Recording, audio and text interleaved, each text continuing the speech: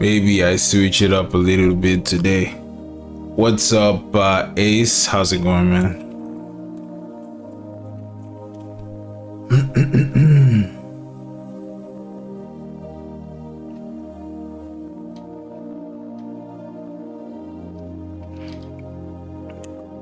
What's up, Unarmed?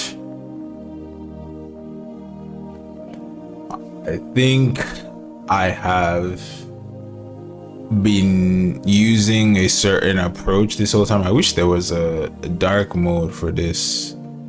Light in my face is crazy. But I feel like I've been walking, doing things in one specific. I've done one side of things for a long time. I'm thinking about trying that's where that is. I'm thinking about trying it a little bit different. Because Kiani, how's it going, man? I'm good. Hey, I'm good as well. I'm good as well. My day has been off to a good start. No complaints. Last day of the week though, so that's a little bit interesting. What's up, Shot? But with all that said, it's been a good start to my day. Woke up this morning. I was supposed to go to the gym this morning. I've been trying to get back into a routine of going to the gym, but it really hasn't worked out. It really hasn't worked out for me. But anyways, hopefully soon. I'm trying to control both my eating habits and my workout habits. I'm trying to get back into a routine with those two things. It hasn't worked out so far, but I'm also in a place where like I'm in the mood to like really learn stuff. So I feel like that kind of balances it out, because I'm curious about learning, and with learning I've been learning a lot. Like a lot. I just made I've 80%, I believe, through making an app that's on. If you know what AWS is, then you probably have an idea what I'm talking about. But basically I've made a script or a code for a specific idea. Basically I've built a project online. The certification that I was studying for a while ago, that I passed it last weekend, and now I'm just trying to like practice and use the information that I know, see if I can actually build stuff from it. And I've basically built my first thing at least 80% of the way, so that was nice. So like I said, like I've not really been good in one aspect of my life, which is like the health aspect, but in terms of the learning aspect, I'm doing pretty good, if I could say so myself.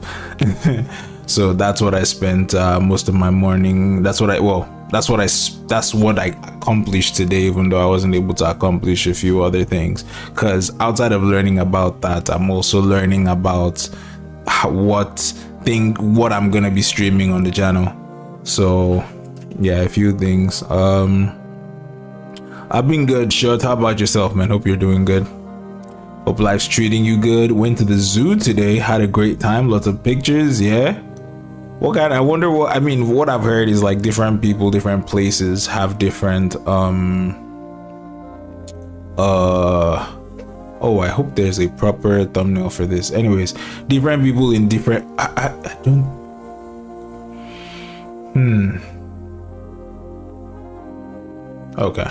different people in different places have different kind of animals at their zoos, just because of the kind of wildlife that exists in that area. So I wonder which kind of animals you have in your neck of the woods.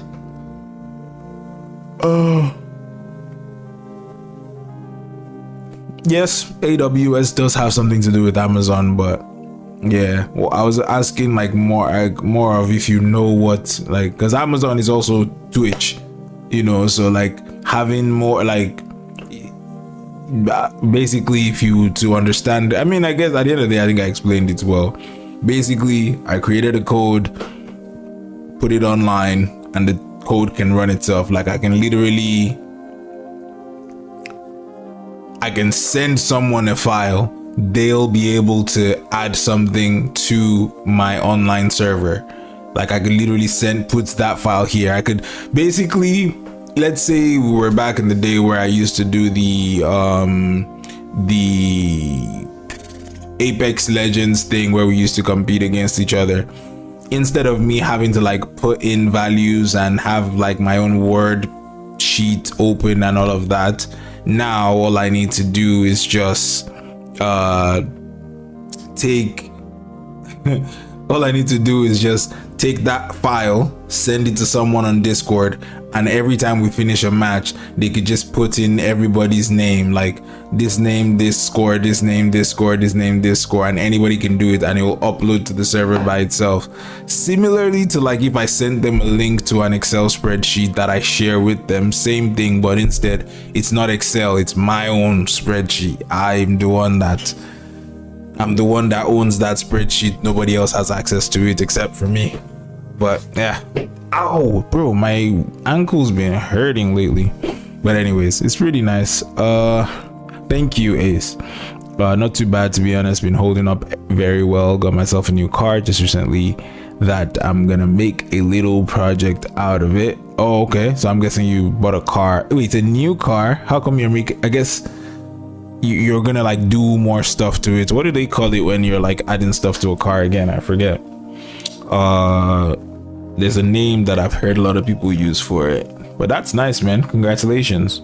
Hopefully, you know, things in life continue to get better for you. Okay, that's sorted. Tuning, I feel like tuning is when you're just trying to make sure your car is up to par. Modding, yeah, modding is, yeah, I think modding is the word that I'm used to. Oh, when you said new car, I think I assumed you meant a brand new car, not you got a car. Yeah, I think the car is not new. You just got a car that you didn't have before, and then now you're trying to like work on it. That makes sense. What's up, Latin? Because I was like, who makes a project out of a brand new car? Like, am I missing something?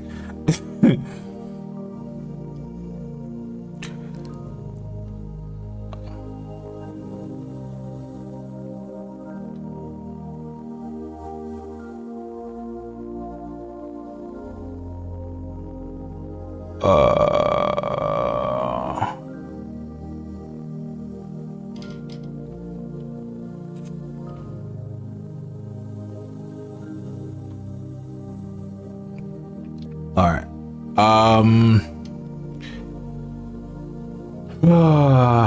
All right.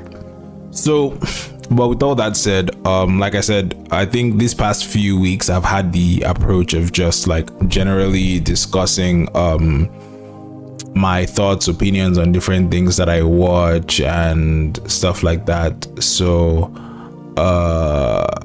we basically have some ground to meet in the middle so that we're all able to like relate to something. You know, you hear a guy that's talking about his life, it's easy to relate to because, you know, we also have our own experiences in life and stuff like that. So that's what I've been doing. But I think today what I'm going to do instead is just straight up read what I believe in and just share my understanding of it. And for those who believe the same things, cool. For those people who have contradictions, you could share them. For those who it's new information and it's just interesting to hear, great. But before I go into that though, there was something interesting that happened yesterday or this morning, because yesterday we watched a few videos and there was someone who was talking about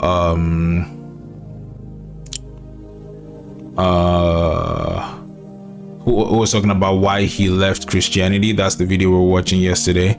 and he pointed at two different people that he said, like, oh, these people, when I listen to them speak, this is the reason why I started doubting my faith.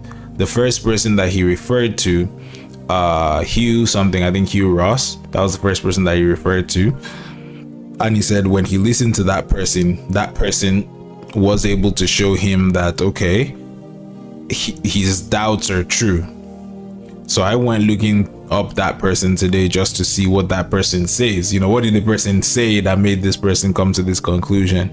And so far, the first thing that I saw online was a conversation between him and another Christian where he's actually saying he believes that there is truth to the biblical evidence of evolution or creation. And it's interesting because, well, if this person is someone who made someone else believe that no chance, this can't be true, and that person themselves is saying it is true, it's a little bit, I don't know, it's interesting. I'm trying to get into the JDM car scene, so I've got a solid idea of what I want on it. I reckon it might take a few months to complete. That sounds like a fun project, man.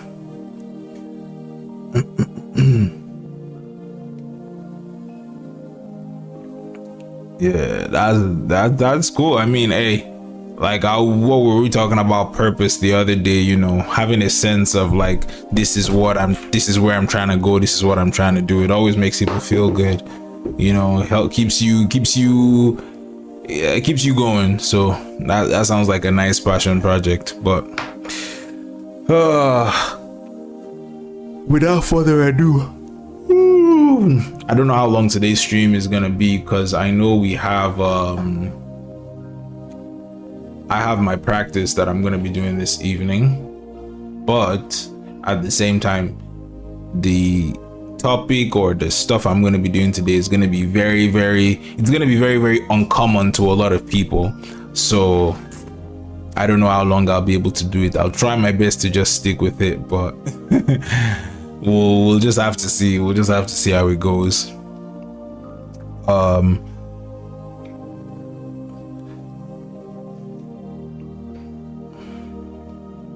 It'll keep me busy. Yup. It's a lot better. That sounds like a lot better thing to keep you busy than Fortnite, if you ask me. Actually, no. I shouldn't say that, because to each his own. Some people like Fortnite, some people don't. So I can't just say that as a blanket statement.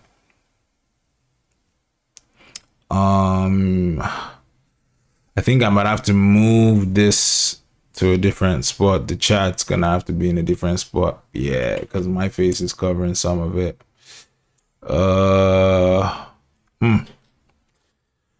Actually, it's kind of, well, what I'm reading, I'm gonna keep what I'm reading between these aspects, so that should help.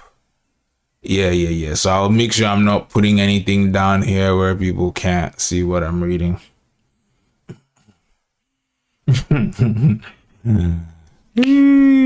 I mean, because the reason why I took back my statements, because like people find, you know, happiness from different things, you know. So I can't say, oh, somebody else should be just as happy as you are working on their working on making a new hunter in Destiny for a week, you know, that they getting the same joy out of it every day coming online. So the goal is about what you're getting out of it, not how it seems to other people. Some people enjoy that, some people don't. To each his own, like I said.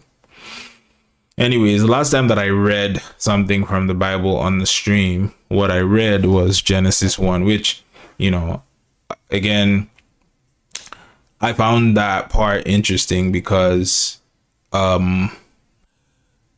basically Genesis 1 talks about the creation story.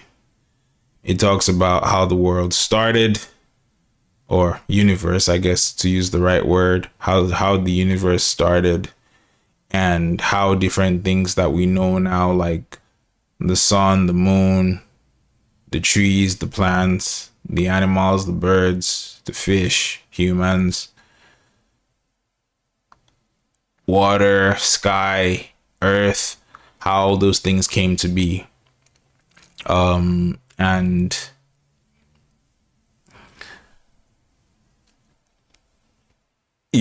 I like to look at these things as,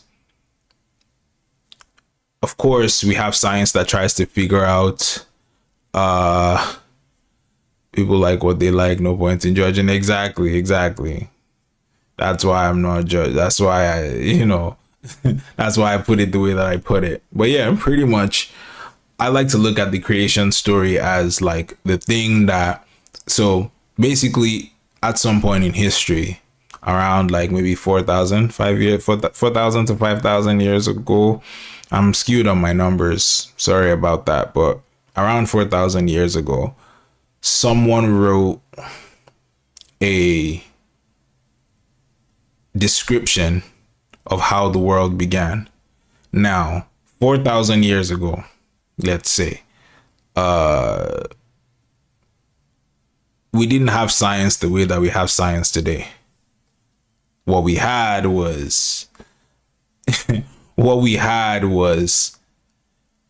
as a matter of fact, a lot of people telling tales, telling stories. Now, I believe that what we have in the Bible is a description by someone of how the world began without the help of science or anything. I also believe that at that time, it will be very difficult to be scientifically accurate in your description of how things would come to be, without having science.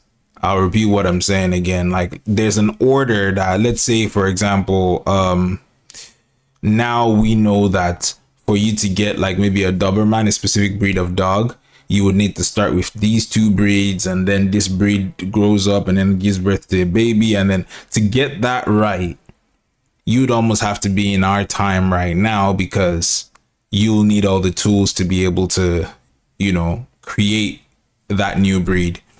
What I'm saying is, for me, when I look at this creation story from a while back without any scientific like backing to be able to, even if you wanted to just make a claim, to make such a good claim all that time ago without the help of science,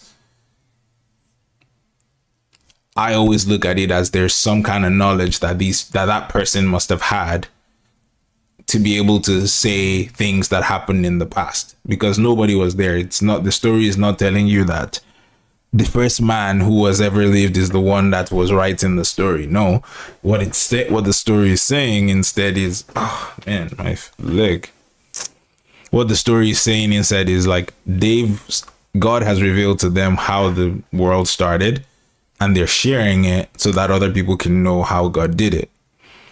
And even according to scientists, they can see that at least in the chronology of it, like in the order of how things would have happened, that person was accurate in that description. Now, of course, science doesn't agree with everything about creation, but things like that for me just reinforces the fact that, like, how does someone just end up being so accurate about something that takes years for science to prove?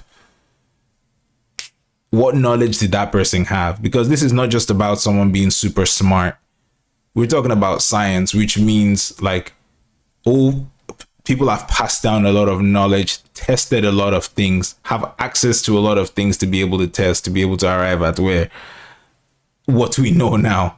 And that person just knew it so long ago. It begs the question, how did they know?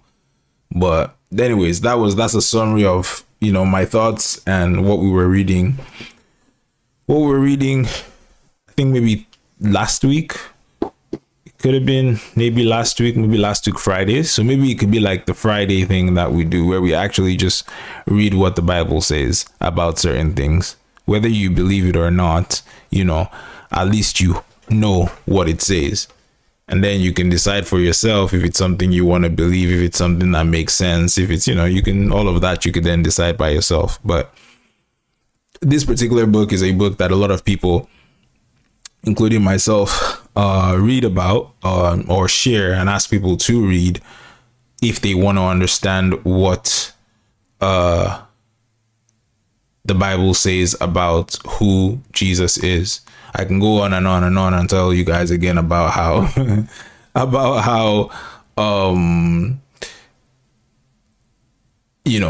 looking at Jesus as a historical figure instead of a story, instead of looking at him like Spider-Man and Batman, that would help you in your understanding. But this writing that we're reading here today, there is proof that this existed at least 600 years AD. So if at the very least you're looking at descriptions of things that people wrote over 1400 years ago, that's where this information came from, at least. Now, of course, if 1400 years ago someone is writing about something that happened 2000 years ago, well, you could continue getting more and more in terms of like where in history are you looking at. But just for context, first of all, so this says, in the beginning was the Word, and the Word was with God, and the Word was God. That word there where it says word, they call it logos. It's actually logos in the actual Greek, but without getting into too much detail, that first thing is saying that in the beginning the Word existed, and the Word was with God, and the Word was also God. So at this point, if I was just reading this, for my first time, I'd be wondering, what is the Word? Like, so there was something with God. What is that? The next verse says he was in the beginning with God. Okay, so now the Word is a he, and that he was in the beginning with God. Okay, cool. So this person seems to be really tight with God, at least just, reading for my first time. I'm going to try to do that because, again, a lot of people here, I've never read this before, so I'm not going to read it with like the mindset of like having prior knowledge or anything. Oh, my headset was going crazy. And it says all things were made through him, and without him was not anything made that was made. I guess, so far it makes sense because at least to just connecting the dots. So there was the Word, it was with God, it was also God, he was in the beginning, and all things were made through that him, through that word, or through that word, or through God, or through the he, like depending on how you're looking at it as. And it says, in him was life, and the life was the light of men. The light shines in the darkness, and the darkness has not overcome it. So now I guess, first off, this is the first thought where it's not just like straight up easy to understand. You just know what you're looking at. But I guess, again, instead of putting our own ideas and thoughts into it, we just understanding it for what it's saying. So in him, so in that word was life, and that life that was in that person was also the light of men. We don't really know at this point what that light is. It says the light of men. We don't really have an idea what it is, but at least we can assume that light is better than not light. Anyways, it says the light shines in the darkness, and the darkness has not overcome it. So in him, let's just replace the him here with God for now. So in God was life, and the life that was in God was the light of men, and that light that was in God shines in the darkness, and the darkness has not overcome it. Easy to comprehend so far. Next part says there was a man sent from God whose name was John. He came as a witness to bear witness about the light, that all might believe through him. Okay, so it introduces a new person. John, who was a witness, and he was to bear witness about that light. We already know that the light is the thing that was in God. And it's saying that all might believe through him, through that light. So he came as a witness to talk about the light, okay? He was not the light, but came to bear witness about the light. So it's making a clear distinction now that John isn't that light that's in God. He just came to bear witness about the light that was to come. And now it says all might believe through him. I'm not too sure what they're believing in at this point, because he's bearing witness that this light is coming, or this light is bearing witness about the light so that people would believe through him about that light. Okay.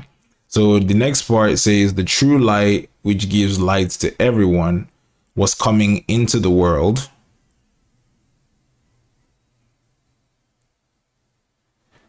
He was in the world, and the world was made through him, which that makes sense because it's already said in the first verse that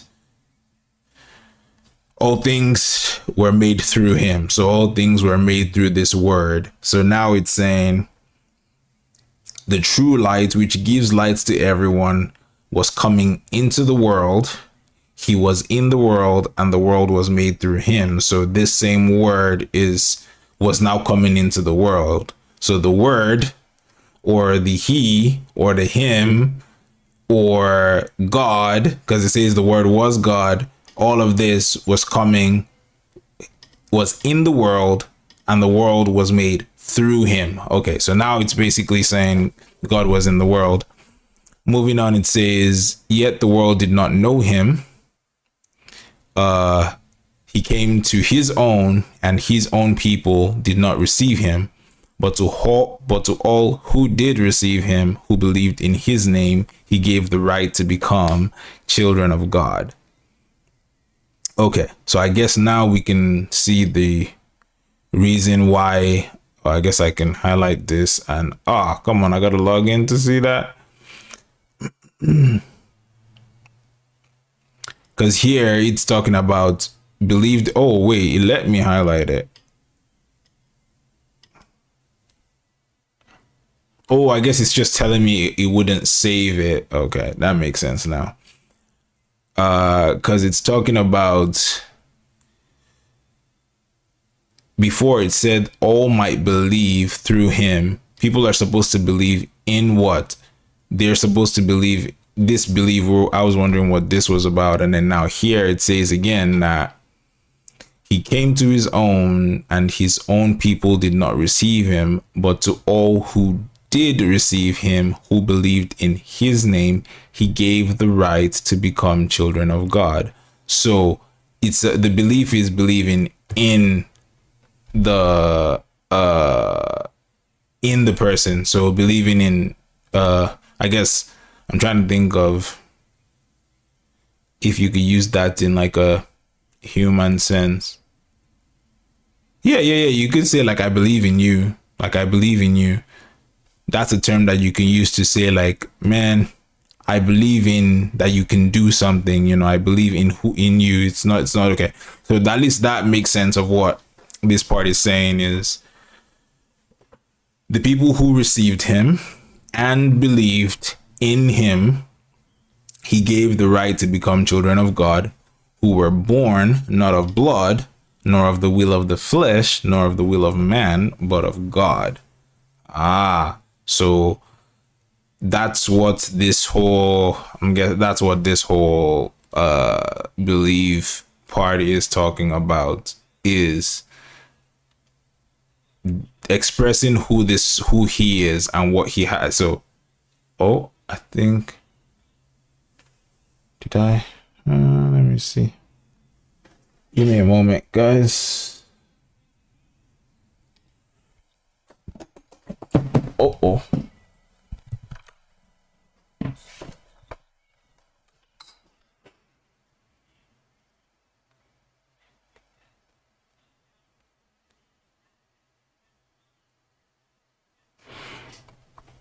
Thought I got a message on my phone.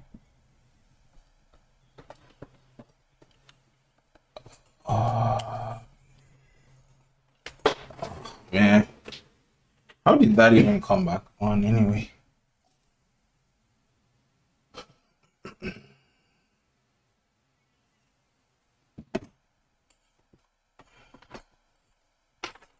There we go.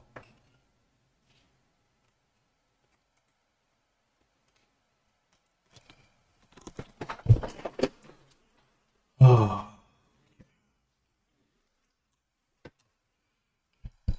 All right. What was I saying? Okay. Yeah. So pretty much there's a definition of someone that's related to God. And in this same phrase, it's saying that him is also God.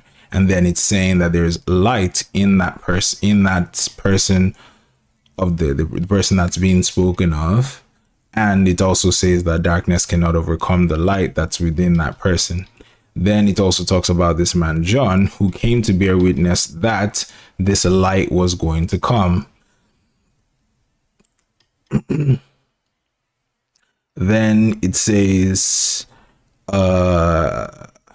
when that light, so it says that light came into the world, but the world did not receive him.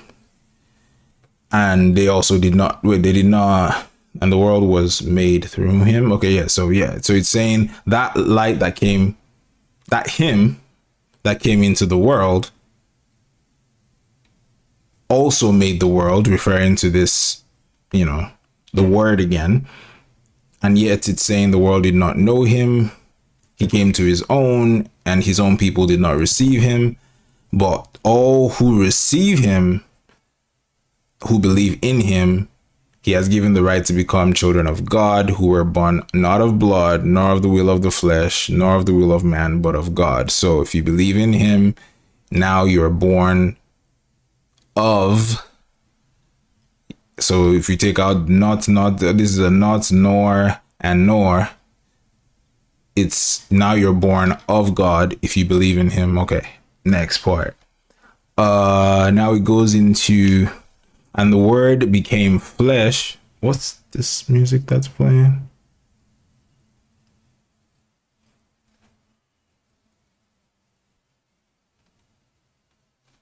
Yeah, I'm trying not to play the music that I'm listening to in the stream often, just because I don't know how the copyright stuff is gonna work on YouTube, and my last video didn't get copyright struck, so yeah, I'm trying to keep it that way. Even though I feel like it will be nice for there to be music in the background, but I'm not trying to risk it.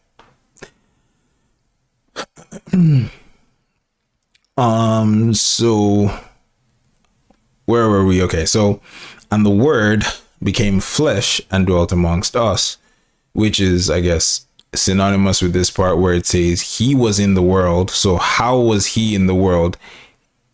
He became flesh and dwelt amongst us. That's how, and which makes sense, where it's, because if he says he did not know him, maybe he wasn't even flesh. So it's good we get this description here now that the word became flesh and dwelt amongst us, and we have seen his glory. So now this person is referring to themselves and other people, that those people have seen his glory as of the only Son of Man, the only Son from the Father, full of grace and truth. I feel like I saw something here that was similar to this.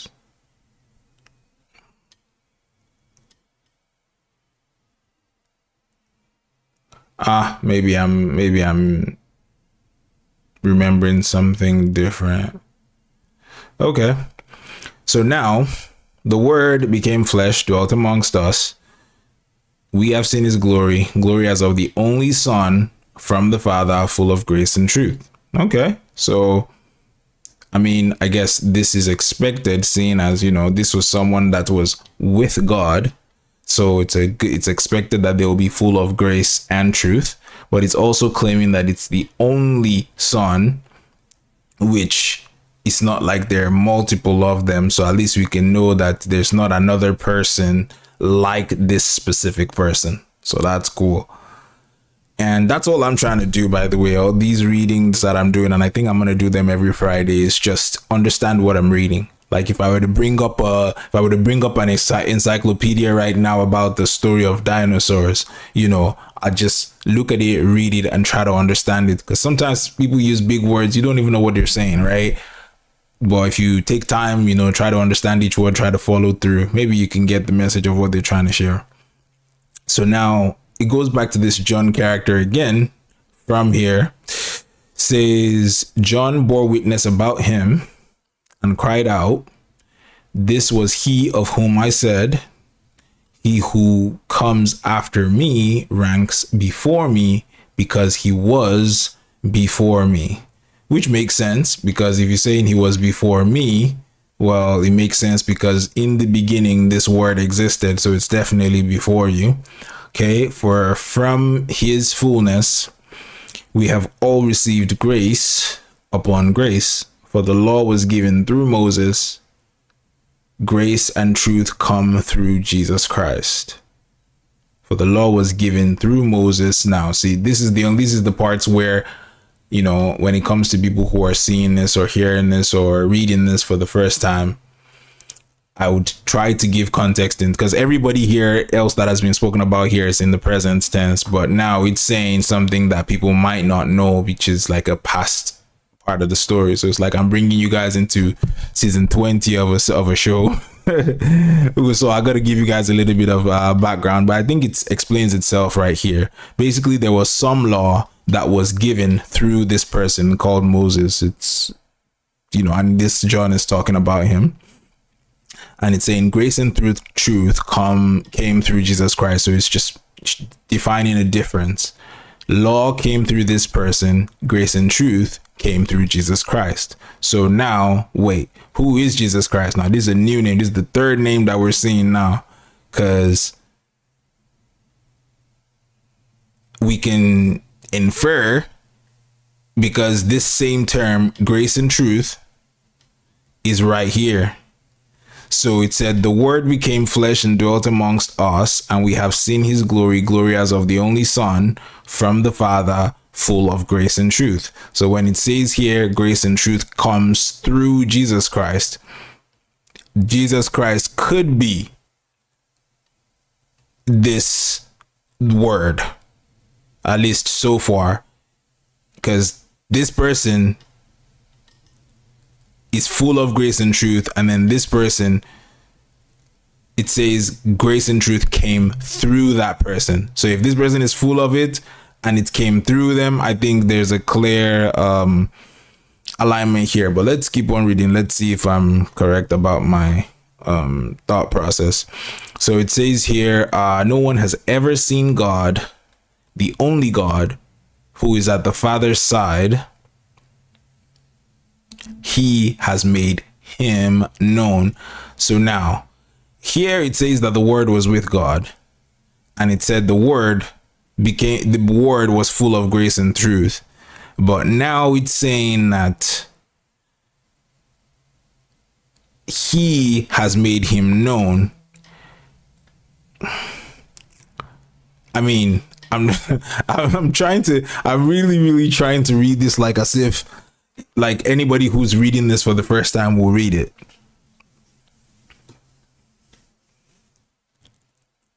I think actually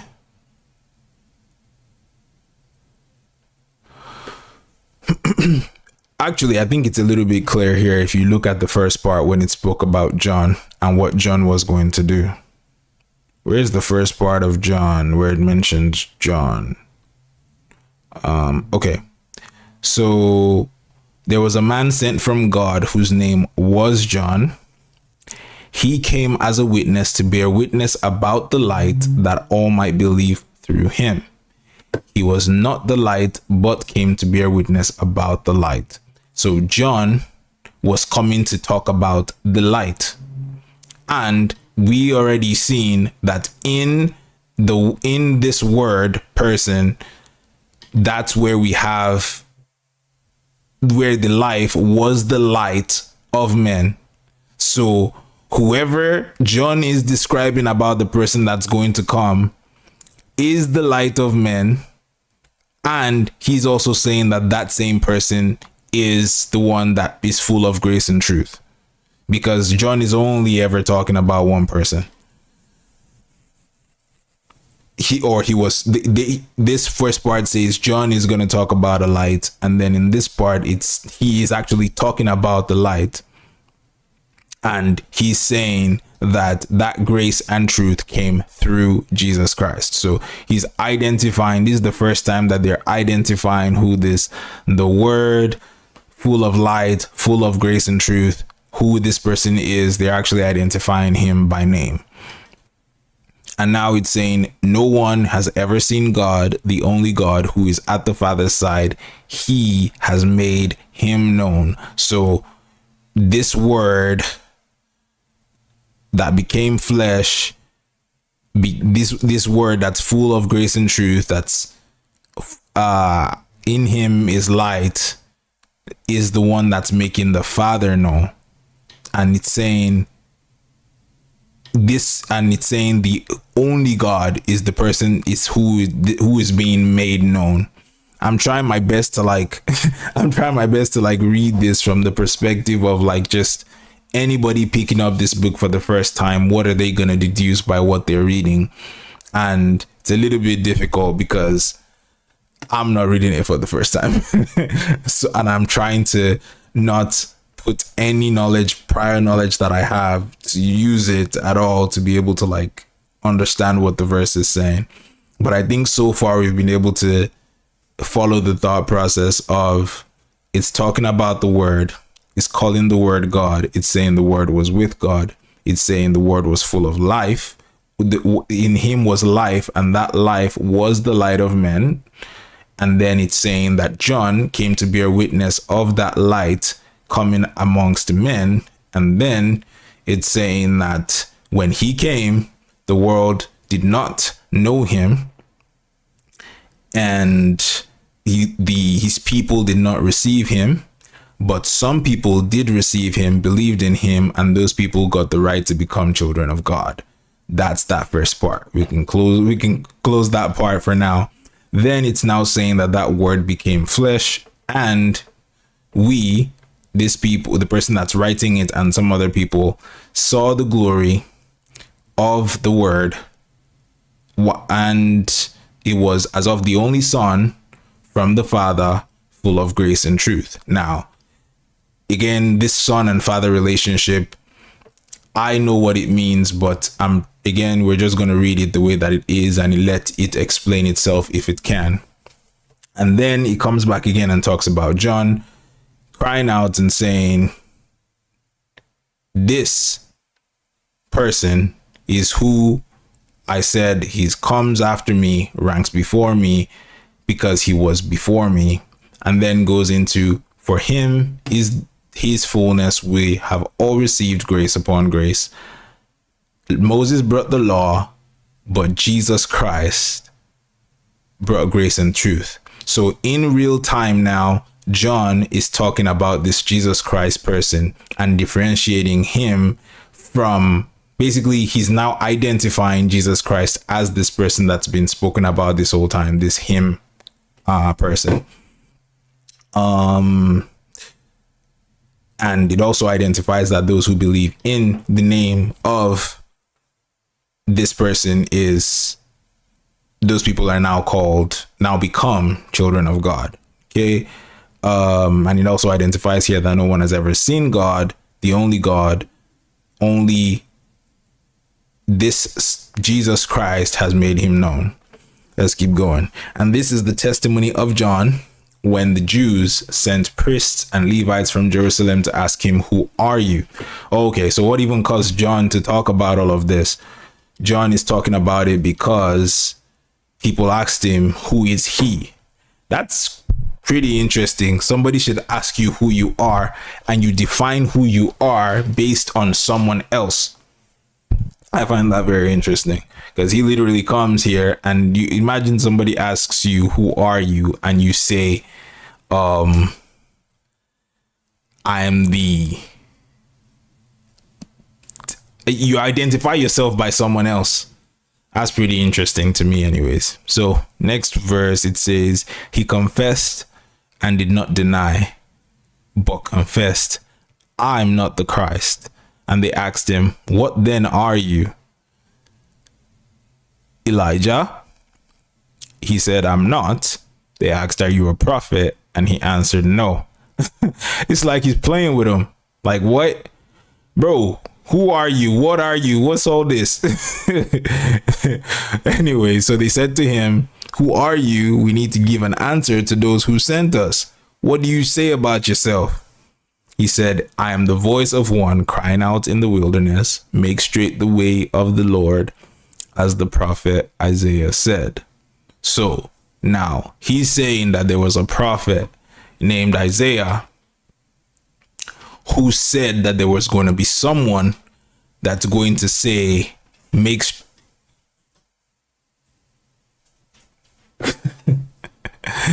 there's someone that's going to say, make straight the way of the Lord. And this person, he's literally claiming to be that person. He's saying, I am the person that was prophesied about, who was going to make the way straight for who's gonna say, make straight the way of the Lord. That's what he's saying here. He's basically saying he's the fulfillment of a prophecy that was made before. I was having a conversation yesterday about just how one of the most significant things when it comes to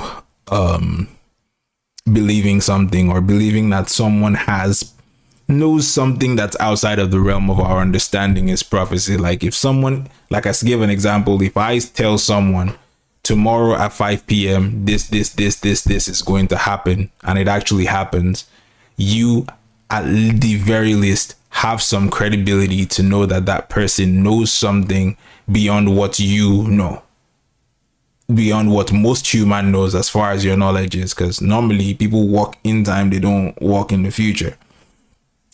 So for this person to be claiming that he's that person, not only is he claiming he's someone that was spoken about in the past, he's also claiming that, because based on his claim, this person that's coming now, he's also making a claim that that person that was prophesied about is actually coming. So there's a lot of implications to this statement, is what I'm trying to say. Because when you make a claim like this, when it comes from something that's not natural, there's a lot to be said about it. There's a lot of reasons to critique it. Anyways, next we see, now they had been sent from the Pharisees. They asked him, then why are you baptizing if you are neither the Christ, nor Elijah, nor the prophet? Oh, so this is why they're wondering and asking him all these questions, like, who are you? It's because of what he's doing. He's baptizing people. Okay. So he's like, and then they're like, bro, if you're not the Christ that they said was going to come, you're not Elijah, you're not even a prophet, why are you baptizing people? What are you doing? Because I'm guessing at this point, they don't, even according to what they know about this person that's supposed to be crying out in the wilderness, there's no reason for them to believe that that person should be baptizing anyone. Anyways, so John answered them, I baptize with water, but among you stands one you do not know, which goes in line with what he said before when he said that yet the world did not know him. So it says, but among you stands one you do not know, even he who comes after me, the strap of whose sandal I am not worthy to untie. These things took place in Bethany across the Jordan, where John was baptizing. Okay, so this person is basically giving a record of what happened with this particular person, John. But before they talked about that, they also introduced what all of this was about, basically, because all of this is about the coming of someone. So before they talk about that person that has come, they're basically telling us who that person is. Interesting. So let's keep going. The next day, he saw Jesus coming toward him and said, behold, the Lamb of God who takes away the sin of the world. This is he of whom I said.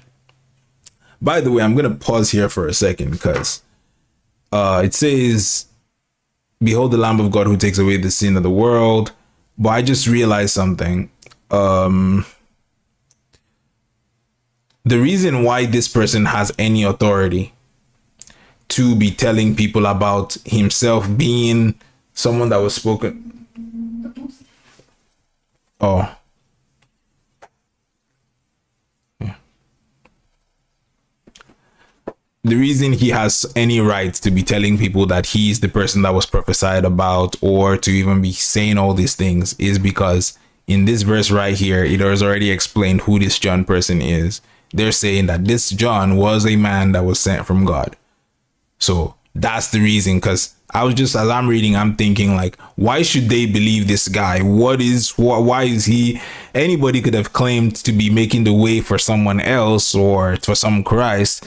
Anybody could have said that. But the reason why the writer of this book is saying that this John character is credible is because he's also affirming that that person was sent from God before. So that's the reason you can believe whatever that's the reason you can have reason to believe what he's saying, according to the book anyways. So now we can continue. The next day, because I just feel like someone reading this could be wondering like, okay, why should I believe in what this John guy is saying? Yes, he's saying this, he's talking about this person, he's saying he's someone who was prophesied about, but why should I believe him? So the next day he saw Jesus coming toward him and said, behold, the Lamb of God. So that's why he can recognize this, who takes away the sin of the world. This is he of whom I said, after me comes a man who ranks before me, because he was before me. So he's repeating that statement again. Now he's seeing him. So he says he saw Jesus. So even if before we weren't sure if this word that he was talking about this whole time is Jesus, now this clarifies it, because now he saw Jesus coming and he said, this is the person I've been talking about. So I think before, there are different ways of inferring, when it first says Jesus Christ here, grace and truth, it says it's easy. We can't conclusively say for sure that that's who he's talking about. That's why he's saying it. But when you get here and you see him say he saw Jesus and he said this same statement, by the way, when it says, let's look at when he last says this statement. After me comes a man who ranks before me, because he was before me. Let's see where he said that before. So it says, and the word became flesh and dwelt amongst us, and we have seen his glory, glory as of the only Son from the Father, full of grace and truth. John bore witness of him, of this word, and what he said about him was, he who comes after me and ranks before me. So this is the first concrete thing that we can see to say that this word that's been spoken about this entire time, that was with God and was God, is actually Jesus Christ, because now he's seeing him and saying the exact same thing. So the prophet in the past said someone will say this. He's claiming I'm the person who will say this. This writer is also saying this person will say this, and now we're actually in the present tense where he's actually seeing Jesus and actually saying those words. So the prophecy thing is now becoming fulfilled right here. So now we're in the present. I myself did not know him, but for this purpose I came baptizing with water, that he might be revealed to Israel. But for this purpose I came baptizing with water, that he might be revealed to Israel. Okay, so now he's also explaining why. So this is the second time he's explaining, because they asked him, why you baptizing? He says, I baptize with water, but amongst you one will come. And he just said, that's basically all he said. He described even he comes after me, the strap of those. So here again, he's explaining, I come baptizing with water, that he might be revealed to Israel. I guess, again, according to the prophecy, someone has to come to prepare the way first. So he had to come and he had to baptize. Then that next person was going to come. Makes sense. And John bore witness, I saw the Spirit descend from heaven like a dove, and it remained on him. I myself did not know him, but he who sent me to baptize with water said to me. So, just so we can follow here, he says, I myself did not know him. So the fact that he's saying this is the person and all of that, it's not just because of some knowledge that he knew. but it's the person who sent him to baptize with water that said to him. And before, sorry, I'm scrolling. I don't know how what I'm covering and what I'm not covering, but here we can remember from verse 6, it says there was a man sent from God. So now when he's referring to, I myself did not know him, but he who sent me to baptize with water said to me, he on whom you see the Spirit descend and remain, this is he who baptizes with the Holy Spirit. So this is how he knows that that person, this is how he has the evidence of saying that this person is the one that ranks before me, is the one that, you know, all these things. That's why he's saying it is not just because of some idea that he had. Okay. So then it says, and I have seen and have borne witness that this is the Son of God. So let me make sure I'm reading this properly, because there's a semicolon here. So who's speaking? Okay, so this is still John speaking. So he's saying in this semicolon, and John bore witness. So this is all of John's witness. So now after he has seen and he has baptized, now he's saying, I've seen and I have bore witness that this is the Son of God. Okay, this is all the testimony of John the Baptist by the person who's writing this book. Now we go verse 35. It says, the next day again, John was standing with two of his disciples, and he looked at Jesus as he walked by and said, behold, the Lamb of God. Can't buy a raid ticket, must be busted. Yep, raid ticket's busted, sir. Raid ticket very busted. How you doing, Screw?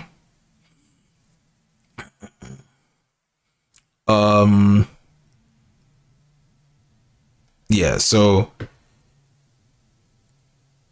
I mean, I could only imagine, I guess, for him in this part that we're looking at, he's basically like, because he says many times, you know, I can only imagine, like, for just, again, we're looking at this from the lens of the book, right?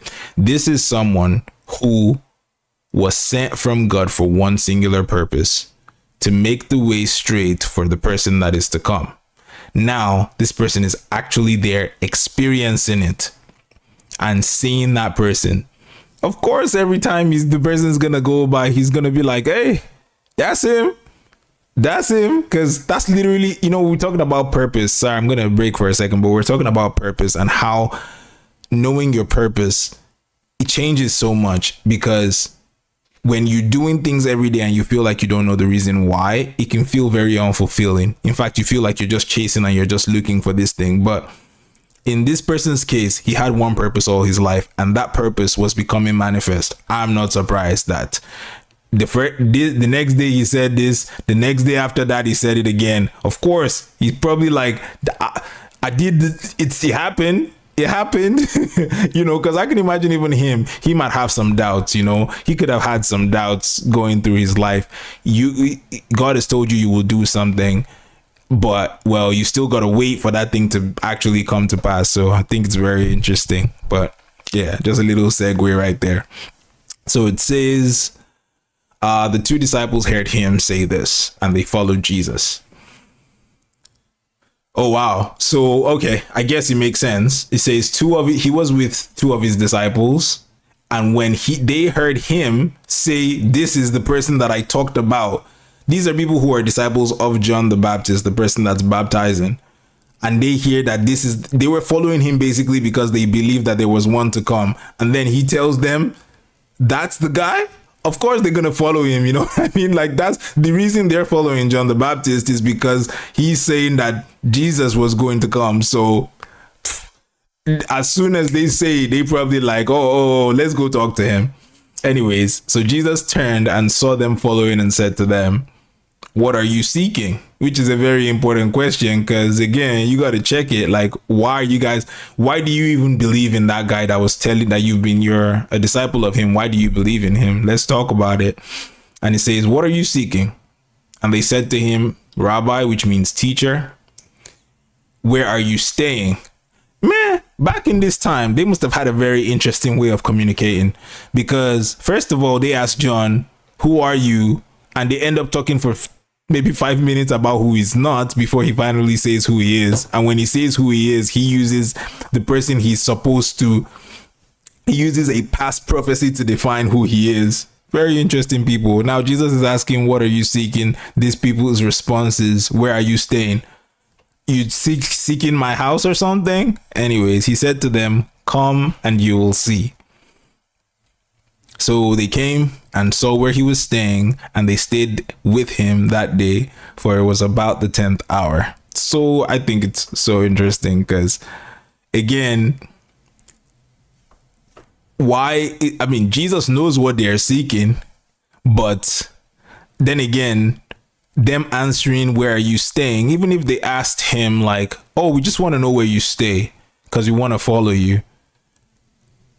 It's still not an answer to my question, but okay, let's just roll with it for now. Fine. Okay. You want to see where I stay? Okay. I'll show you where I stay. And they just go along with it. When I read some things like this, I always try to like put it in a personal, like, if I was to think about a friend or someone that I know right now today in this world,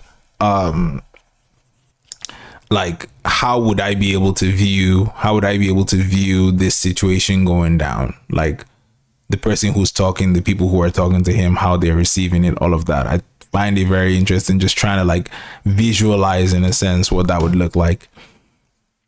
Let's see. So one of the two who heard John speak and followed Jesus was Andrew, Simon Peter's brother. He first found his own brother, Simon, and said to him, we have found the Messiah, which means Christ. He brought him to Jesus. Jesus looked at him and said, you are Simon, the son of John. You shall be called Cephas, which means Peter. Again, this is just interesting how it sounds like a very, very different way. When these people just started following him all of a sudden, this is how he responded.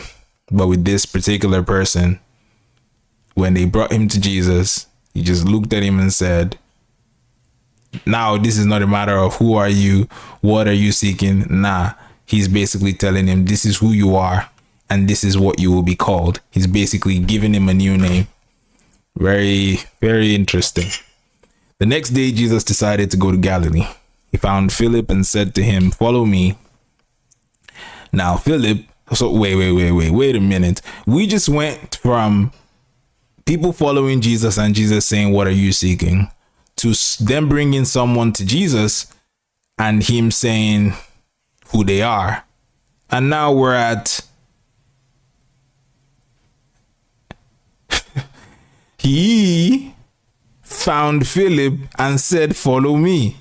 I guess this is just like to each his own kind of thing. Like, you don't got to treat it like everybody has their own experience. I guess meeting Jesus is not just everybody same way. Now Philip was from Bethsaida, which I guess that relates to. Oh, my camera is frozen.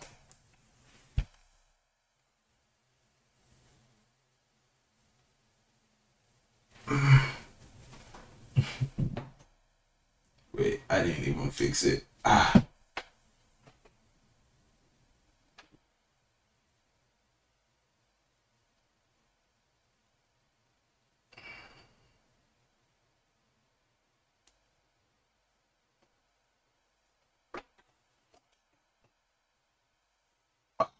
There we go. Uh-oh. I think that's the way it was. I hope so. Oh, I was going to say that I guess that makes, even today, everybody's story of encountering who Jesus is or who God is not the same. So it makes sense how these people, when they encountered Jesus, different things is what they said to him, different things is what he said to them. But so far, the common thing amongst these people is they're all following him so far. So, well, I guess except for Peter. We don't really know what Peter did. We just know that he called him a name, gave him a new name. But this person, he said, follow me. And now Philip was from Bethsaida, the city of Andrew and Peter. Oh, okay. So he's from the same city that Peter, well, this person who was Simon before, but now they've changed his name to Peter, were from. And Philip found Nathanael and said to him, we have found him of whom Moses in the law and also the prophets wrote, Jesus of Nazareth, the son of Joseph. So now we're getting a little bit more context here, because I mean, they talking about Jesus. They're talking about, they first of all started with, he's the word, he was with God. We now know that when they started off talking about the word, and the word was with God, and the word was God, and he had light, and he was full of grace and truth, and he was the person that was prophesied about by John. And now that he's basically been introduced by John to the first two disciples, his brother comes and joins, and now he found Philip. Philip joined. Philip is from the same town as Andrew and Peter. He then found Nathanael and said to him, we found Moses. We found him of whom Moses in the law and also the prophets wrote, Jesus of Nazareth, the son of Joseph. Now they're fully identifying who this person is. This person, they're saying, he's the Messiah, and this person, they're telling us where he's from and even who his dad is. So all along, like I feel like we're going from who this person was in the beginning, and now we're going to fully who he is amongst people. Because right now, when you introduce someone, when you, even in today's world, when you're introducing someone, you identify them by who they are, basically, like who they are, what they do, stuff like that. Like you would even refer to someone as engineer this, or stuff like that. So now they're giving us more description of who this person is other than just his first name. So he's from here, and this is his father, which I guess gives you his last name too. So you know exactly, and they're also telling you that he's not just, I'm not just telling you that I met a man. I'm telling you that I met the man who the prophets wrote about. And Nathanael said to Philip, can anything good come out of Nazareth? Because this guy's like, first of all, I know that place. They're not doing so good. Why should I believe that the Messiah is from Nazareth? Philip is like, all right, you come see this guy. You'll tell for yourself if anything good could come out of Nazareth or not.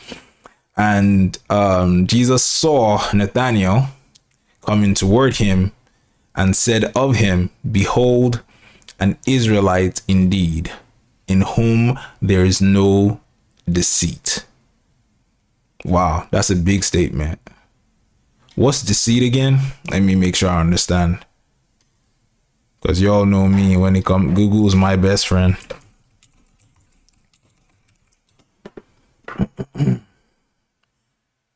So deceit means the action or practice of deceiving someone by concealing or misrepresenting the truth.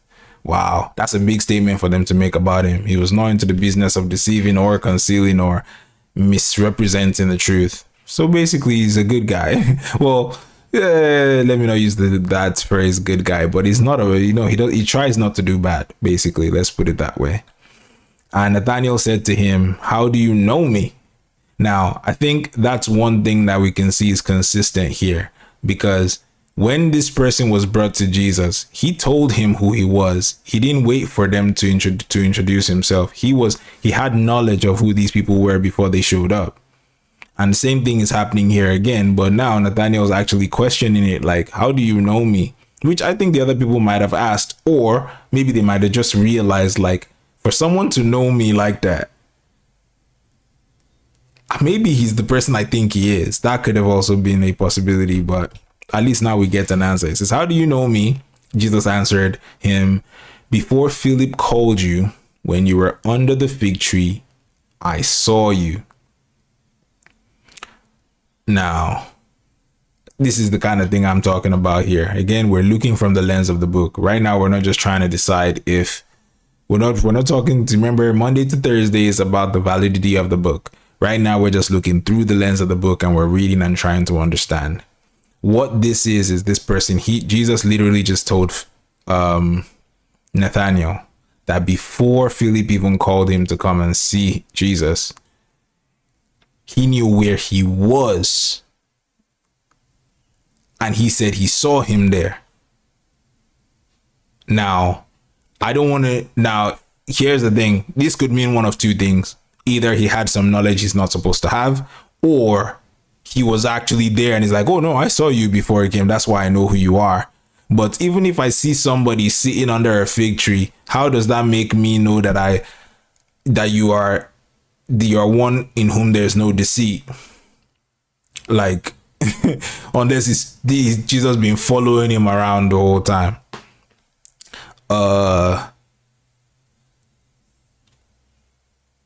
But clearly, so far, I think just by deduction, it's saying that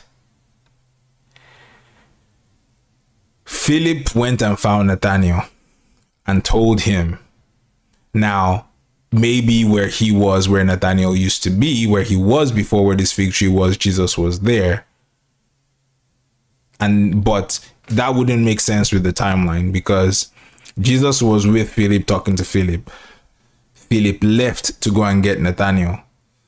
Before Philip met with Nathanael, what happened? Where was Jesus? Jesus was with Philip.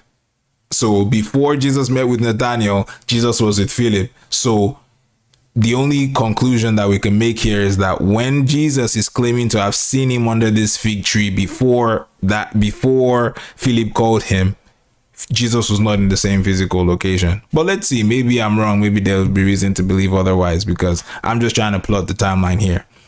Time A, Jesus is with Philip. Time B, Philip goes to find Nathanael. Time C, Nathanael comes back with Philip to meet with Jesus. If you're trying to figure out where was Jesus when Nathanael was under a fig tree, that was before Nathanael came to meet him, before Philip came to meet him, which Philip was with Jesus. They weren't both with Nathanael, because Nathanael went to leave and go find him. I hope that makes sense. I feel like I'm trying to do my best to explain it, but I hope it makes sense. Anyways, Nathanael answered him, Rabbi, unless you have a different opinion about it, which you can obviously express. And Nathanael answered him, Rabbi, you are the Son of God. You are the King of Israel. Now, with this statement, if we take all my deduction out, this statement simply means that this information that Jesus gave to Nathanael made him believe that he was the Son of God.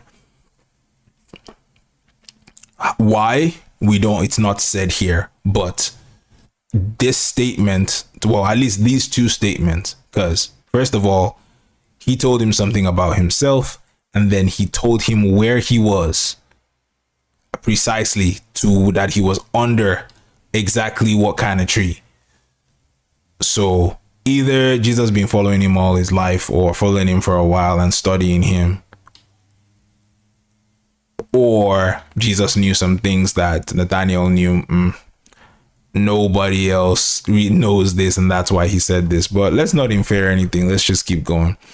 Jesus answered him, because I said to you, I saw you under the fig tree. Do you believe? So now he's questioning him, like, why is it that you're believing that I'm the Son of God? Is it just because I said I saw you under a fig tree? And then he says to him, you will see greater things than those. So again, at least without inferring anything, just from the text itself, what Jesus told Nathanael about himself was a great thing. And now he's telling him you're going to see even greater things. And he said to him, truly, truly, I say to you, you will see heaven opened and the angels of God ascending and descending on the Son of Man. Wow, man. Again, like I said, before I started reading these, before I read Genesis 1 before, like a week ago or so, even if you're just reading this book as a book to just read,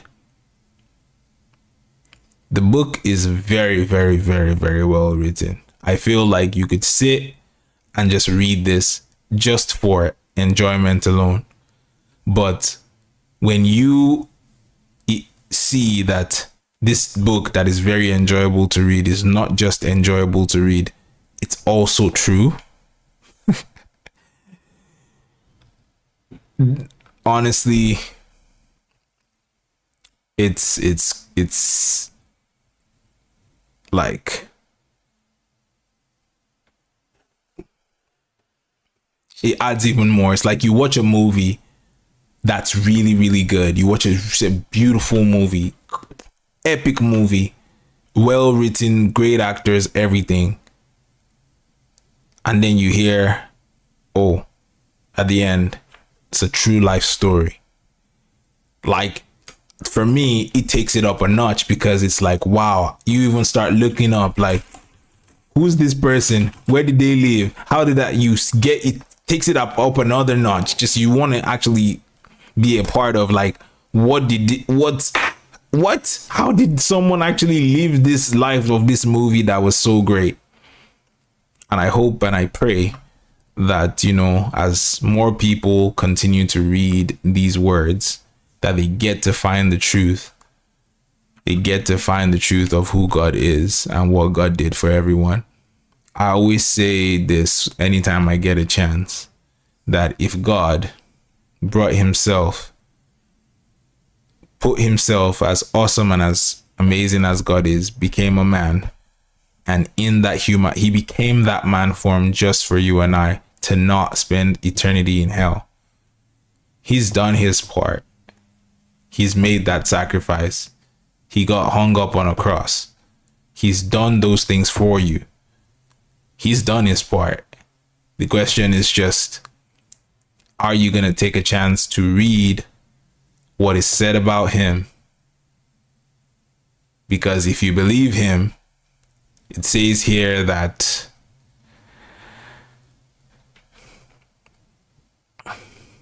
let's see, I want to read it verbatim.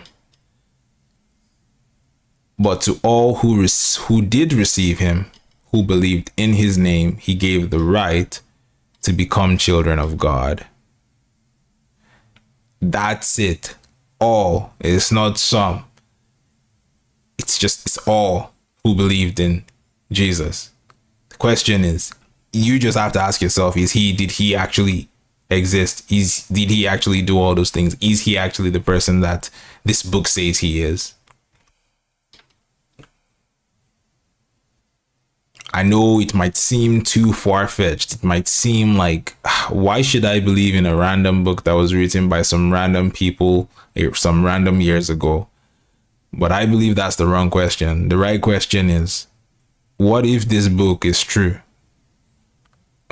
That's the right question. Because yesterday I was talking about like implications, right? The implication of believing in evolution is that you get to enjoy your life that's how people phrase it, is like you get to enjoy life, just enjoy life. But most people that are trying to enjoy life, ask most people who have a lot of money, who are rich, who have the things that you think would make you happy. A lot of them ain't really happy. They're still looking for something. So the idea that if you didn't know God, you just get to enjoy your life, that enjoyment is limited because there's still something that you're searching for that you can't feel.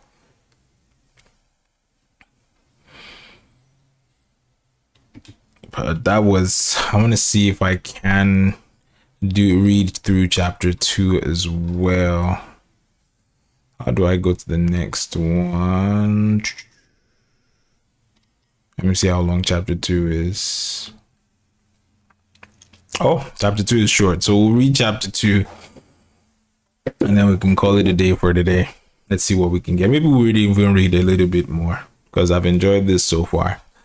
So now it says, on the third day, there was a wedding at Cana in Galilee, and the mother of Jesus was there. Oh, now they're introducing Jesus' mother. Cool. The mother of the person who was the Word of God and became flesh and dwelt amongst us. That's pretty significant. Now we know his mom and we know his dad. They said his dad is Joseph. Now we know his mom. But, well, actually, we don't know his mom's name. We just know he had a mom, which I guess we already always knew he had a mom. But at least we know she was walking around with him. Jesus also was invited to the wedding with his disciples. When the wine ran out, the mother of Jesus said to him, "They have no wine." And Jesus said to her, "Woman, what does this have to do with me? My hour has not yet come." His mother said to the servants, "Do whatever he tells you." I mean, again, like I said, I always try to look at this in the sense of like humans and people today, right? I'm just trying to imagine this conversation between a mom and a kid. Your mom comes to tell you, let's say your mom comes to tell you like, oh, you guys are watching a soccer game, and your mom comes to tell you they don't have a goalie. And the kid's like, what does that have to do with me? What's up? Set laugh. Set lat off. Yes, I do read my chat. It's I'm just picturing it, right? You have yeah. So your mom asks you, just tells you they don't have a goalie.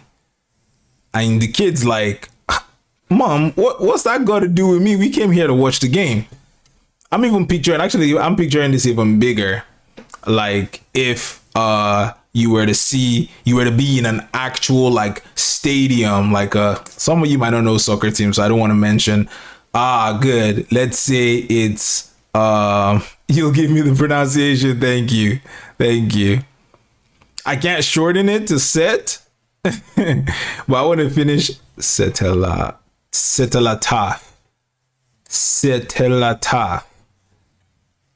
I feel like I'm still butchering it.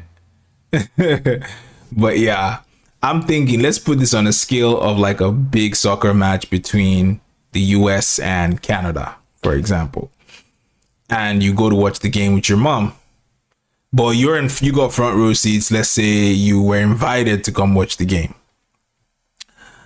And then your mom tells you they don't have a goalie, or their goalie is hurt. Let's say they don't have a goalie. Of course, you're like, what does that got to do with me? Why are you telling me? And then the response from your mom tells the coach, "Do whatever he tells you." I mean, again, we will have to infer some things, but I'm purposely trying to get people to infer things before we read more, because I think it's very interesting. Well said. Thanks for hopping in the chat and introducing yourself, man. I appreciate it. Hope you're doing good. But basically, that's the scenario I see here. I picture here when I read this is that kind of scenario, because it's implying that if you tell anybody that story, what they would tell you about it is that mom probably knows that her kid is a goalie, can replace the goalie that they've lost. And she also trusts that if the coach does whatever the kid says they should do, good things are going to happen. Like, for example, your guys are probably going to win the game if you listen to him. That's what the mother is saying there, and I just find it very interesting. Like I said, I like to do that. I like to read these things and then just try to picture it in my own world today. So now let's go verse 6. It says, "Now there were 6 stone water jars there for the Jewish rites of purification, each holding 20 or 30 gallons. Jesus said to the servants, 'Fill the jars with water.' and they filled them up to the brim. I guess this explains why they're following the others. So I'm guessing Jesus's mom, she had enough pull because she just told them do what he tells you, and they just doing it. Like that's she must have had, I'm guessing she had a say there. I like that he said woman, not mom. Because actually there is one part that I didn't add to my analogy, right? Because he also said here, my hour has not yet come. So that's like the kid telling his mom, it's not time for me to play goalie. Like it's not time, Mom. What are you doing? Like, what does that got to do with me? This also tells you, this also tells me another thing in terms of the fact that his mom knew. His mom knew things about him that she was sure of. She knew things about him that he was sure of. So even though he said, what does this have to do with me? And he said, it's not my time yet. His mom knew it, because his mom could have easily just been like, oh, okay, my bad. Don't worry, guys, false alarm. But she says, do whatever he tells you. I also feel like there's some things, I don't know if this applies to every place, but they say this a lot in Africa, where like your mom just needs to give you a look. She just needs to give you a look and you already know what she needs you to do. And I feel like, now this is just my opinion, I feel like some of that plays into this as well, because same here is like some of that plays into this as well, because even though he said, what does that got to do with me? It's not my time yet. Guess what? He's still doing it. He's still doing it. So it's like his mom's giving him the look, and whatever, even though he says these things, he knows what his mom wants and he's doing what his mom wants. And I find that, I don't know, that's just, to me, that's just very interesting. It's like I said about this book, like this book is very interesting to just read, but it takes it up a notch when you now realize that it's actually true. So now he says, and they filled them up to the brim. What's up, chief? And he said to them, now draw some out and take it to the master of the feast. So they took it. See, these people are good at following orders. Plus, I mean, Jesus's mom didn't actually order him to do it, but at least these people she ordered, they definitely good listeners. I feel like I can already kind of build a character of who Jesus's mom was like in my head. The kind of person, the way she talked, the way things happen when she speaks, you could get a sense of the kind of woman she is. Like, you could probably picture someone in your family or in your neighborhood that's like that.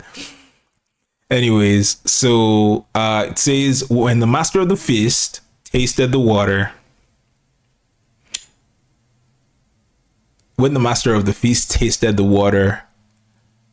now become wine, and did not know where it came from.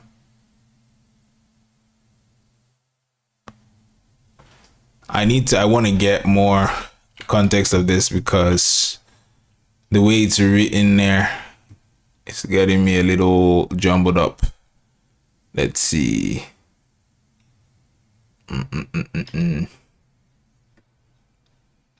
Okay, so where were we? 9. So now when the head waiter tasted the water which had become wine. Okay. So the water that okay. Now we're on the same page. Okay. I needed to get some understanding there. So after Jesus said, fill the jars with water, they filled them to the brim. He said they should take it to the master of the feast. When they took it to the master of the feast and he tasted the water had now become wine, but the master of the feast did not know where it came from, though the servants who had drawn the water knew. Yeah, of course, because there's ones that fill the thing with water and now they're seeing wine. The master of the feast called the bridegroom and said to him, everyone serves the good wine first, and when people have drunk freely, then the poor wine. But you have kept the good wine until now. This, the first of his signs, Jesus. This, the first of his signs, Jesus did at Cana in Galilee, and manifested his glory, and his disciples believed in him. It's interesting because this particular phrase, we saw it in chapter 1. Because remember, the person who's writing this book said, we have seen him and we have seen his glory. This part we've seen already. And then in this other part where it says, and his disciples believed in him, we have also seen the people who believe in Jesus, the word, all of that. They've been, they're called the sons of God. So we can see some repetition here just to be able to keep your mind on what some of these words mean. But basically this story right here is talking about how it's talking about how Jesus was at this wedding, asked people to fill up jars with water. They took the jars with water, and when they gave it to the person, the master of the feast, he tasted it, and what he was tasting was wine. And not only was it wine, it was wine that was better than the wine that he had been drinking, apparently. And this was also the first sign that Jesus did in Galilee. And this was part of the glory of Jesus that they saw. There's something else that occurred to me here. I'm just thinking of whether I want to share it now or not.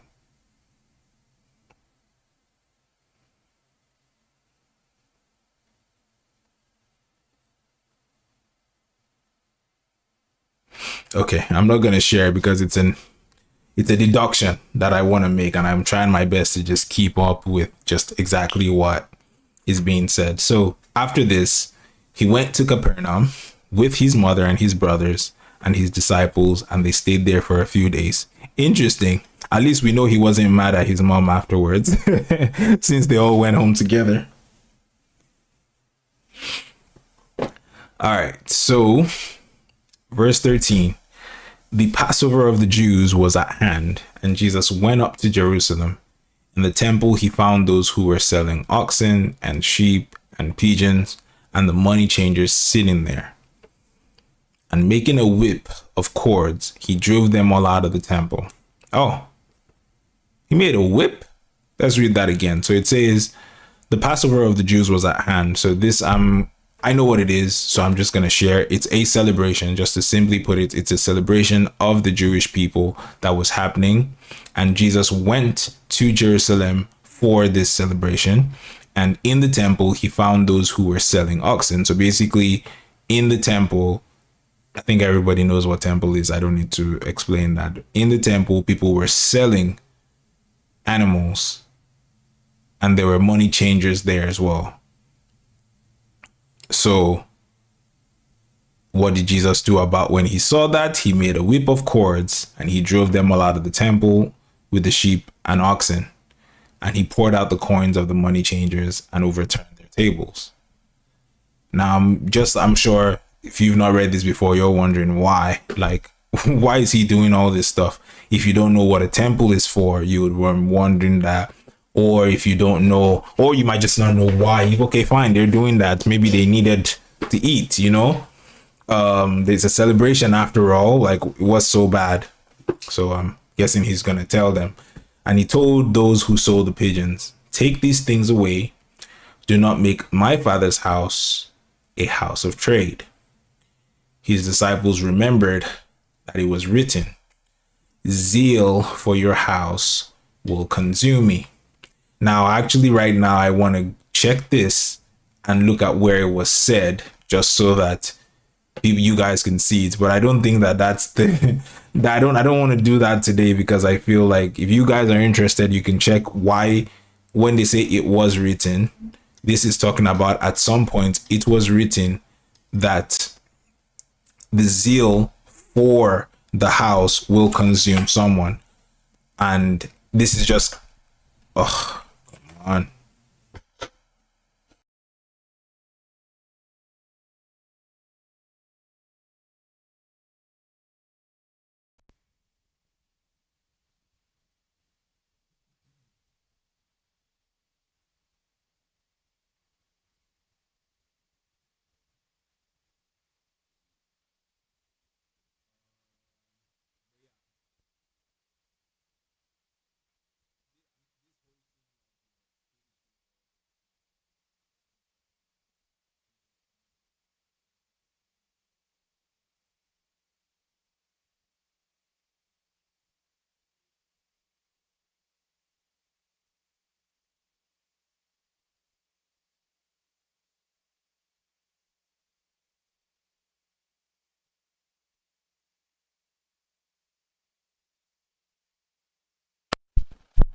Thank you. Sorry, I was trying to fix my audio earlier. Thank you very much. Basically, I was just giving a summary of what this story is right here. Basically, Jesus came to the temple and he saw that the people, thanks for letting me know, Kevin. And he saw that they were doing something he believed they shouldn't be doing in the temple. And he told them, don't do it. This trading is not for inside this temple. And he seemed very angry. I mean, making a whip, well, he seemed very upset, at least. Making a whip of cords, like, he was actually upset because, like, what are you all doing in here? First of all, it's supposed to be a celebration and you're doing something else. Like, come on, man. Drugs? What do you mean drugs? Like they were selling drugs? No, I think money changers are just people who are like, you'll bring your, maybe you bring your food, they give you money, they're changing, basically they changing money to another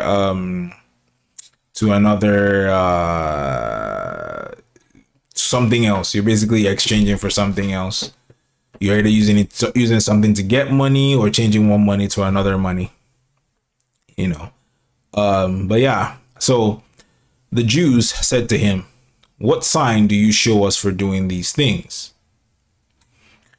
Jesus answered them, destroy this temple, and in 3 days I will raise it up. Interesting. Because this same temple that he's saying don't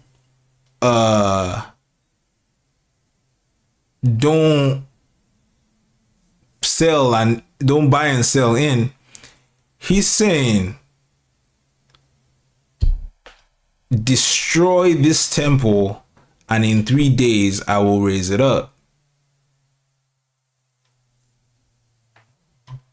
So that means there's a chance that they probably still go and do something they're not supposed to be doing now, not even just in the temple, but they're going to destroy the old temple this time around. And he's saying in 3 days I will rise it up. And he's using that to answer the question that what sign do you show us for doing these things? So this thing he's talking about is a sign that he will show them for the things that he is doing. Interesting, because also he's saying it's his father's house. Let's not forget that he's also calling this place his father's house. So there are a lot of things he's saying there that's making them ask these questions, and he's telling them the sign that he's going to show so that they would know that that's the reason why he's doing the things that he's doing. Don't use, you'll get new one. I'm not getting what you're saying is. I'm sorry. All right. Then the Jews then said, it has taken 46 years to build this temple, and you will raise it up in 3 days. They're like, bruh, what are you talking about? You're going to destroy this temple. You're saying the temple will be destroyed and you could build it back in 3 days? Come on, man, bro, keep it real. But he was speaking about the temple of his body. So basically, the writer is telling us now that when he said this sign that that the temple will be destroyed and he will raise it up in 3 days, he was actually speaking about himself. or his body, saying they will destroy his body, but he will raise it up in 3 days. That's what the writer is saying here. Now, I'm sure they definitely didn't catch that, because they're asking him about the actual temple and wondering, bro, how are you going to raise it up in 3 days? Interesting. So it says, when therefore he was raised from the dead, his disciples remembered that he had said this, and they believed the scripture and the word that Jesus had spoken. So now, okay, I see what the writer is saying here. So the writer is saying that he knows that Jesus was speaking of his body and not the actual temple when he made this statement. And he's also saying that when it actually happened, he's speaking about the future now. The disciples of Jesus remembered when he said this statement, and they believed in the scriptures because of it. Because like I said, a lot of time it's like saying something that's going to happen in the future is a very, very good sign for someone to prove that they know they have some ability, or at least they know something that's outside of your realm of understanding. And this was able to help these people in this time to believe in the words of what Jesus said. Now, when he was in Jerusalem at the Passover feast, so still in this area he came to, many believed in his name when they saw the signs that he was doing. But Jesus, on his part, did not entrust himself to them, because he knew all people and needed no one to bear witness about man, for he himself knew what was in man. Interesting. See, they're using words like this. I'm just going to find another translation so people can understand what's saying, including myself. So in the end here, it says, let's see.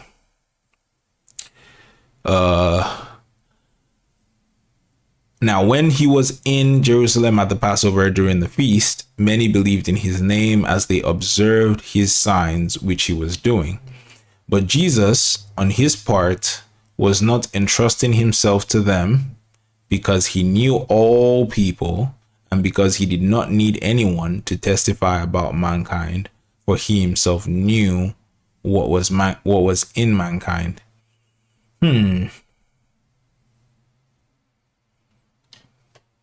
I want to understand this. I'm going to look at another version because I want to understand what's being said here. Let's try another one. Okay. So, but Jesus did not trust himself to them. He knew them. What does he mean, entrust? Let me just look up the word entrust.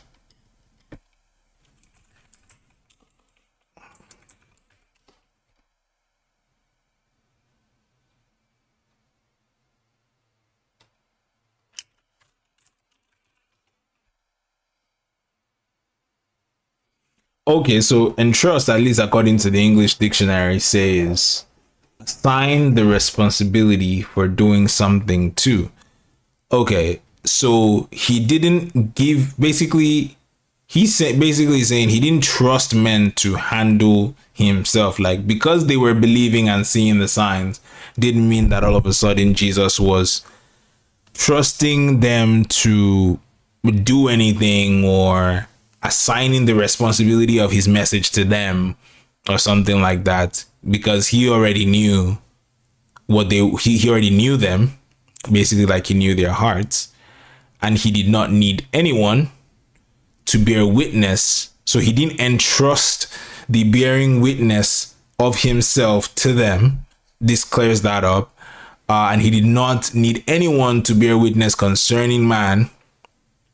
It says needed no evidence from anyone about men, for he himself knew what was in human nature. He could read men's hearts. Okay, so basically at this point, Jesus, because a lot of people believe, did not just entrust them to bear witness of him, because he knew men's hearts, and he knew that they were probably not gonna do it, even though at that time they believed, or they claim to believe, because of the signs that he was doing. Because basically these people are saying, at this time, it's saying many believed in his name after seeing his signs. So the only reason they were believing at this time was because of his signs. And he's like, I'm not. So that means if somebody else just comes and does a sign, y'all are going to believe him too. Yeah, no, thank you. That's what I believe it's saying there. But yeah, that's all interesting. I mean, I thank God for this opportunity for me to come here on both my YouTube channel and my Twitch channel to share his word to you guys. I had a good time. You know, going through this. And for anybody who's curious, I'm looking this up online. So you don't have to have a Bible to read about this. Everything that I read today or I talked about today, you can go on your own time and you can look it up, you know, or read it on your own time. Because I'm not going to be here until Monday again. But you could always take maybe you come to me on Monday and you're like, oh, I read chapter 3. What do you think about this? Maybe you have questions about it. It can't hurt you to read the book. The book's not going to hurt you. So you could take some time, you know, read it. Maybe you have something to share. But I want to try to do these reading sessions on Fridays and leave Monday, Tuesday, Wednesday, Thursday for other things. But of course, even if I'm doing something else, if someone brings up something about the Bible, I will still go through it and answer questions. So feel free to do that. For those of you guys who sat through the entire stream, sat through a portion of it, chatted, you know, whatever it is, I appreciate you guys. Oh, I just realized that this ending soon screen does not put YouTube chat into it, unfortunately. But well, I guess that's gonna be the benefit of being on Twitch, is being your messages showing up on the screen when I'm ending the stream. But thank you guys so much for hanging out. I will see you all next week. I hope you all have a lovely weekend, and I also hope that some of you who haven't read this book find some time to read it as well. Have an amazing weekend. God loves you. Bye-bye.